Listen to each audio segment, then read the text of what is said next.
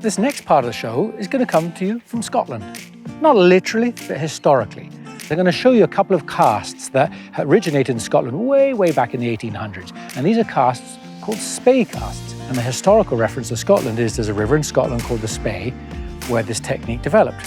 And it actually developed with long two-handed rods for salmon. But if you're a trout angler, you're going to have a tree behind you. If you're a sea trout angler or a salmon angler or a steelhead angler, you're going to have a tree behind you. If you're a bass angler, you're going to have a tree behind you. And the cool thing about Spey casts is that these are styles of casts that don't have a back cast.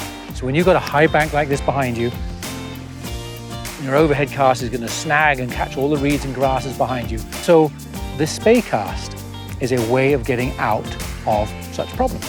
It's based on a roll cast. If you know what a roll cast is, you're halfway to learning what a Spey cast is.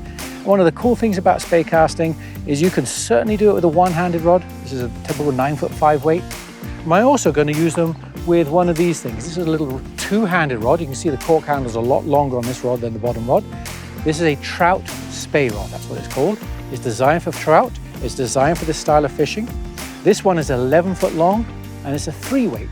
Now that might sound a bit light to you, but one thing to try and gauge, if you like, between the two is that Spey rods are about 3 line size difference from one-handed rods. So because this is a 3-weight trout Spey, it would be like me fishing a 6-weight single-handed rod.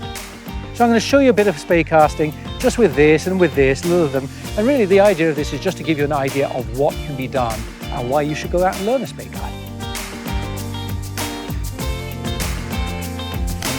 Here's what a Spey cast looks like. If my line swung around here, this is a cast called a single Spey.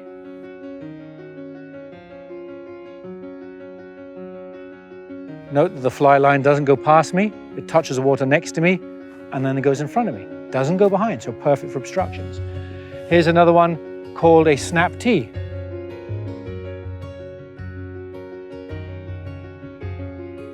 Does the same thing. The line lands on the water in front of me, it stays in front of me, and goes, not behind. Another one called a jelly roll. Lines here, go forward, out it goes. There's a cast called a double Spey, looks something like this. There's a cast called a snake roll. So there isn't just a Spey cast, there's a whole pile of casts. It's a family of casts with the one binding thing is they don't have a back cast behind you. Two-handed trout Spey. You've got the longer grip, so one hand holds below the reel, one hand holds above the reel. You had a two-handed grip like that. And one of the reasons that these are so effective, these two-handed Speys, is you have a fulcrum between the two hands, a pivot point. So you don't need a lot of effort to cast because you have this wonderful pivot by utilizing both hands. So that's a reason why you would probably think about, or why a lot of people utilize these trout Spey rods. As far as the Spey casts go, they're pretty well identical. This is the single Spey.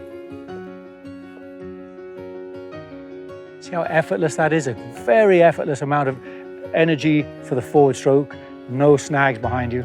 The other Spey cast I showed you with a one-handed rod was a snap T.